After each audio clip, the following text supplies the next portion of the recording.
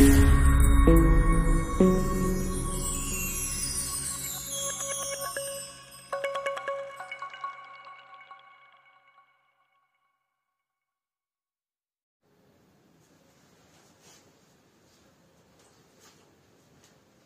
दोस्तों, आप सभी का स्वागत है आपके अपने YouTube चैनल इम्पोर्टेंट स्टडी 07 में। दोस्तों आज एक वीडियो लेकर आए हैं जो कि हिंदी का है। आप सभी जानते हैं कि एक वीडियो चल रही है, प्लेलिस्ट चल रहा है हिंदी का, जिसमें कि हिंदी 0 लेवल से पढ़ाई जा रही है। एकदम 0 लेवल से।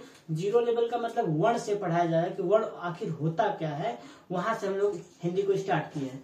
आज हम हिंदी का दूसरा लेक्चर पढ़ने वाले हैं। पहले लेक्चर में हमने पढ़ चुका है कि हिंदी मतलब वर्ण क्या होते हैं, वर्णमाला क्या होते हैं, व्यंजन क्या होते हैं और स्वर क्या होते हैं। हमने उस पर बातें कर चुके हैं। और व्यंजन के कितने डिफाइंस होते हैं, मतलब कितने प्रकार होते हैं। फिर उसके बाद व्यंजन स्वर के कितने प्रकार होते हैं, हमने उस सब पे अच्छे से बात कर लिया है। अगर हाँ, मैं उसको अपने डिस्क्रिप्शन में डाल दूंगा, आप उसको ध्यान से देख लीजिएगा। क्योंकि देखिए, शुरू से पढ़ने पे ही चीजें समझ में आती है। बीच में अगर कूद के पढ़ेंगे तो जाहिर सी बात है कि समझ में नहीं आने वाला है। कुछ चीजें समझ में आएगा भी तो पीछे की चीजें नहीं आएगा। तो शुरू से ही पढ़ना बेटर होता है। तो चलिए एक बार फिर से हिंदी का सेकंड वीडियो पढ़ते हैं। हिंदी पार्ट 2। मैंने इसका नाम पार्ट 2 इसलिए रखा क्योंकि ये वर्ड का ही एक छोटा सा भाग है।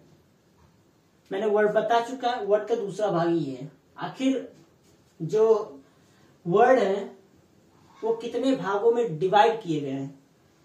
देखिए, आपको पता है कि जो क ख ग ग च छ ज ये सब जो शब्द हैं, ये सब कैसे बोले जाते हैं। गर्मी काफी ज्यादा हो रही है, एक सेकेंड। हाँ, ये सब कैसे बोले जाते हैं, ये एग्जाम में किस प्रकार से क्वेश्चन पूछेंगे कि दे देगा एग्जाम में दे देगा कि त और थ कौन सा व्यंजन है। कौन सा व्यंजन है एग्जाम्पल में दे देगा, दंत, ओष्ठ, तालु, फिर उसके बाद कंठ दे देगा। तो आपको चीजें अगर पता रहेगी तो जाहिर सी बात है कि फटाक से मार देंगे दंत। तो मैं आपको सिखा रहा हूं कि वो कैसे बोले जाते हैं। आप कभी नहीं भूलेंगे कैसे बोले जाते हैं वो वर्ड, ठीक है। देखिए, वर्ण में आता है क ख ग घ। तो अंग्य तक जो है ये किससे बोले जाते हैं, कंठ, ठीक है। ध्यान दीजिएगा, कंठ से, यहां से, कहां से, यहां से बोलते ना भैया, कंठ खोल लो, कुछ बोलो, कंठ में मतलब छेद नहीं है क्या, ऐसे तो बोलते ना लोग। तो देखिए, कंठ मतलब देखिए कैसे बोलते हैं, क ख ग घ अंग्य। ये क्या है, क्या कहां से बोली जा रही है, यहां से, कंठ से, ठीक है। समझिएगा, कंठ। अब एग्जाम में देखिए इसका कैसे क्वेश्चन पूछता है। दे देगा एग्जाम में क और ख ये कौन सा व्यंजन है। तो एग्जाम्पल में ऑप्शन में आपको देगा ओष्ठ, तालु, कंठ, मतलब एक और दे देगा। आपको जो पता रहेगा वही ना मारेंगे। आपको पता ही नहीं है कि ये कंठ से बोला जाता है कि दंत से बोला जाता है, तो मार भी नहीं पाएंगे, ठीक। तो ये चीजें ध्यान से और प्रैक्टिकली समझिए। चीजों को जो प्रैक्टिकली समझते हैं ना, तो वो हमें लाइफ टाइम याद रहती है। कुछ चीजें प्रैक्टिकली समझी जाती है, रट के कुछ नहीं होता है। रट के क्या करेंगे, हम ज्यादा से ज्यादा एग्जाम को क्वालिफाई कर सकते हैं, लेकिन लाइफ में जो यूज होता है वो हम नहीं कर पाएंगे, ठीक है। हम जहां पे भी पढ़ाते हैं बच्चों को यही चीजें सिखाते हैं कि रटना नहीं है, रटना मना है। कंसेप्ट को क्लियर करके समझे, ओके। तो मैंने बता दिया कि ये कंठ से बोले जाते हैं। फिर च छ झ ये सब कौन से शब्द है, मतलब ये कैसे बोले जाते हैं, ठीक है। ये सब कैसे बोले जाते हैं। तालु, ये जबान है, जो जबान के नीचे उसको तालु बोलते हैं। ये वाला हिस्सा बोलते ना तालू, अरे भाई तालू, तालू समझ रहे ना, तालू। तो ये कैसे बोला जाता है? ताल से, मतलब तालू से। चो घिस के बोलते चो, छो, जो, झो, ये कैसे बोल रहे हैं? यहां से तालू से बोल रहे हैं। ठीक है, ओके। आई होप कि आपको ये चीजें समझ में आ रही होगी। मैं आशा करता हूं कि अगर चीजें नहीं समझ में आएगी तो आप एक बार मुझे कमेंट में बोल दीजिएगा। गर्मी बहुत हो रही है, ठीक है। तो देखिए, फिर मूर्धा जो एकदम ट, ठो, ड, ढो, ये कैसे बोले जाते हैं? ये मूर्धा मतलब कि घिंच के, झटके से बोलते हैं ना, ट, ठ, ढ, झटके से बोली जाती है। ठीक है, ये हुआ। अदंत मतलब कि जो दांतों के बीच में, मतलब ये जो दांत है हम दोनों का, ऊपर और नीचे का, इनके बीच में क्या होता है, जो हम लोग की जीभ है वो टकराती है, तब ये वर्ड निकलते हैं। ठीक है, देखिए ये वर्ड निकलते हैं, जैसे तो बोलने की कोशिश करिएगा। जब पढ़िएगा इस वीडियो को ध्यान से देखिएगा तो एक बार कोशिश खुद से करिएगा, तब चीजें समझ में आएगी। तो, ठ, ड, मतलब क्या हो रहा है? ये जो अपना टंग है, जीभ, ये किससे टकरा रही है? अपने दांतों से टकरा रही है, तब जाके ये वर्ड्स निकल रहे हैं। ठीक है, फिर उसके बाद आते हैं प। ये क्या है? ओष्ठ, ओठों से बोली जाती है। किससे बोलते हैं? लिप्स। ये इसमें ज्यादातर हम लिप्स का यूज करते हैं। ठीक है, देखिएगा भाई, ये चीजें बहुत इंपॉर्टेंट है, क्योंकि ये एग्जाम में पूछे जाएंगे, बिल्कुल एग्जाम में पूछे जाएंगे। प, फ, ब, भ, म, जैसे ओठ से बोले जाते हैं, ओठों से। देखिए एक बोल के दिखाते हैं। प, ये जो है ऊपर और नीचे का जो लिप्स है, ये किससे हो रहे हैं? एक दूसरे से अटैच हो रहे हैं, मतलब टच हो रहे हैं, तब जाके निकल रहे हैं वर्ड्स। प, फ, ब, भ, ये निकल रहे ना, म, ये सब क्या है? ओष्ठ, मतलब ओठों से बोले जा रहे हैं। ओके, फिर ये चीजें तो समझ में आ गई। उसके बाद अन्य, ण, न, म, ये सब जो चीजें है, इसको क्या कहा जाता है? पंचम वर्ण कहा जाता है। क्या कहा जाता है? पंचम वर्ण। एग्जाम में ये पूछ सकता है, पंचम वर्ण किसे कहते हैं? ये एग्जाम ऑप्शन दे देगा, फिर इन दोनों में से किसी, मतलब इन चारों में से कोई ना कोई दे देगा आपको फंसाने के लिए। तो ये चीज आपको पता रहेगी तो आप कोर्स पा सकते हैं। ओके, समझ में आ गई? अब फिर वायु संवेग के आधार पे वर्णों को कितने भागों में डिवाइड किया गया है? वायु संवेग के आधार पे, ये भी बहुत इंपॉर्टेंट है भाई। अल्प प्राण, महाप्राण, कोई भी बुक उठा के देखिएगा, ये वर्ड जरूर मिलेंगे। अल्प प्राण किसे कहते हैं, महाप्राण किसे कहते हैं? तो देखिए, वायु संवेग के आधार पर वर्णों को दो भागों में बांटा गया है। कितने भागों में? दो भागों में डिवाइड किया गया है। पहला भाग है आपका अल्प प्राण, दूसरा भाग है महाप्राण। जहां जैसे ही आपको अल्प प्राण आया, ऑटोमेटिक महाप्राण आ जाएगा। मेहनत नहीं करना है, मेहनत केवल अल्प प्राण पे करना है, महाप्राण ऑटोमेटिक आ जाएगा। ओके, तो मेहनत करने की तो जरूरत है ही। यहां पे ध्यान दीजिएगा, जिस वर्णों के उच्चारण में वायु धीरे से ली अथवा छोड़ी जाए, मतलब समझ रहे ना,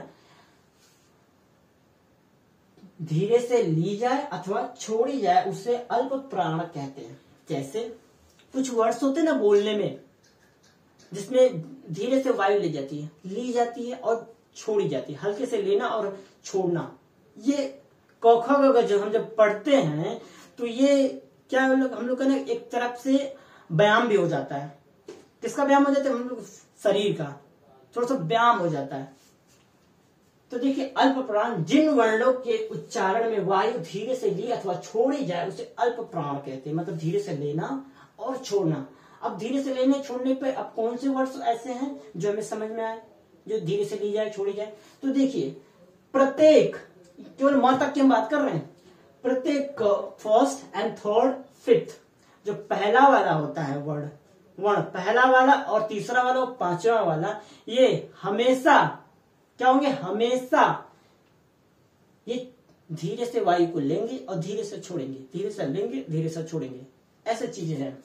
देखिएगा, फर्स्ट क ग ङ, मतलब क्या है, क्या है ये क, धीरे क ग, हल्का सा वायु लेना, हल्का सा वायु छोड़ना, ये चीजें। तो इसमें ध्यान दे दीजिएगा। ये मैं आपको टिक लगा देता हूं, ये फर्स्ट एंड थर्ड फिफ्थ तक है, ये चीजें ध्यान से समझिएगा। ओके, गर्मी तो इतनी परेशान कर दी।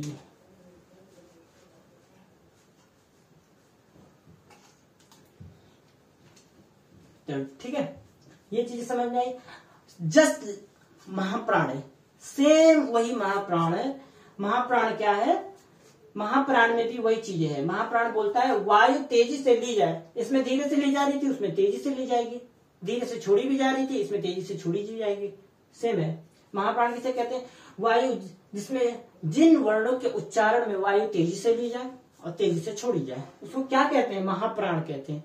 ध्यान दीजिएगा, क्योंकि एग्जाम में ये जरूर आते हैं, ये एग्जाम में बहुत जरूर आएंगे, मुझे पता है। एग्जाम में देता है क्वेश्चन, क्वेश्चन में दे देगा। जैसे कि इसका, हाँ इसका ध्यान दीजिएगा, इसका जो दूसरा और चौथा है, इसमें क्या था, पहला तीसरा पांचवा, इसमें दूसरा और चौथा रहता है। ठीक है, इसमें दूसरा और चौथा रहेगा। ख घ च, सॉरी झ, सही छाता छ जो होता है, छ झ, ये जो वर्ड्स हैं क्या है, ये तेजी से ली जाएंगी, तेजी से छोड़ी जाएंगी वर्ड्स। ध्यान दीजिएगा, इसको नोट भी कर लीजिएगा, क्योंकि ये ऑप्शन में देगा, मुझे पता है ऑप्शन में देगा, दे देगा तो आपको पता रहेगा, तो टिक लगाना पड़ेगा। ओके, ये चीजें रही। फिर उसके बाद आगे बढ़ते हैं। तारत्व के आधार पर वर्णों के भेद कितने होते हैं। तारत्व के आधार पर वर्णों के भेद हमने तो पढ़ा, वायु संवेग के आधार पर वर्णों के भेद दो प्रकार के होते हैं, अल्प प्राण महाप्राण, ये हो चुका। अब दूसरा पढ़ते हैं तारत्व के आधार पे। ओके, तारत्व के ये चीजें एग्जाम में ये भी आता है भाई। वर्णमाला, जब ये हम इस टाइम वर्णमाला ही पढ़ रहे हैं, वर्णमाला की पूरा एक लेक्चर चल रहा है, तो हम सोचे कि छोटा छोटा वीडियो बनाएं, क्योंकि एक एक पॉइंट को अच्छे से क्लियर कराया जाए। तो इसमें देखिए दो प्रकार के होते हैं, घोष संघोष। घोष संघोष, जिसको घोष को ही संघोष कहा जाता है, ये दोनों सेम होते हैं। और दूसरा होता है अघोष। अघोष, घोष संघोष ये फर्स्ट हो गए, और अघोष, घोष को दूसरे नाम से संघोष के नाम से जाना जाता है। घोष, जिन वर्णों के उच्चारण में कंपन पैदा होता है, जिन वर्णों के उच्चारण में क्या होता है, कंपन पैदा होता है। कंपन का मतलब नहीं समझ क्या होता है, जैसे कि चीजें बोलने में एकदम कपा जाता है इंसान, वो क्या होता है, जिसमें कंपन पैदा हो, वो क्या कहलाता है, घोष। ठीक है, इसे सघोष भी कहते हैं। ओके, और उसके बाद अघोष, जिनमें कंपन ना ही पैदा हो, एकदम पैदा ही नहीं होता है, वो क्या कहलाता है, अघोष। ये दोनों चीज आपको समझ में आ गई होंगी। और मैं आपको ये बता देता हूं कि सघोष का होता है दूसरा चौथा पांचवा, ये याद रखिएगा, दूसरा चौथा और पांचवा। इसमें आता है क घ अंग च, सॉरी ज झ य, ये चीजें आपका किसमें आता है, सघोष में। ओके, ये आप नोट कर लीजिएगा, ये बहुत जरूरी है। और उसके बाद अघोष का ये पार्ट है। ठीक है, जगह नहीं बचा, मैंने सोचा कि क्यों ना इसी में एडजस्ट कर लेते हैं। ये चीज आज के लिए इतना ही, और मिलते हैं हम अगले वीडियो में। और हाँ, एक चीज और बता देना चाहता हूँ कि अभी तो हिंदी चल रही है, उसके बाद हिस्ट्री चलेगी। हिस्ट्री भी चल रहा है, कुतुबुद्दीन ऐबक हम लोग पढ़ चुके हैं, गुलाम वंश। और उसके बाद आराम शाह पढ़ने वाले हैं, और आराम शाह के बाद इल्तुतमिश पढ़ेंगे। फिर उसके बाद धीरे धीरे वीडियो आगे बढ़ता रहेगा, लेक्चर चलता रहेगा। उसके बाद हम कॉन्स्टिट्यूशन हमको लगता है काफी लंबा टाइम हो चुका है उसको पढ़ाए हुए।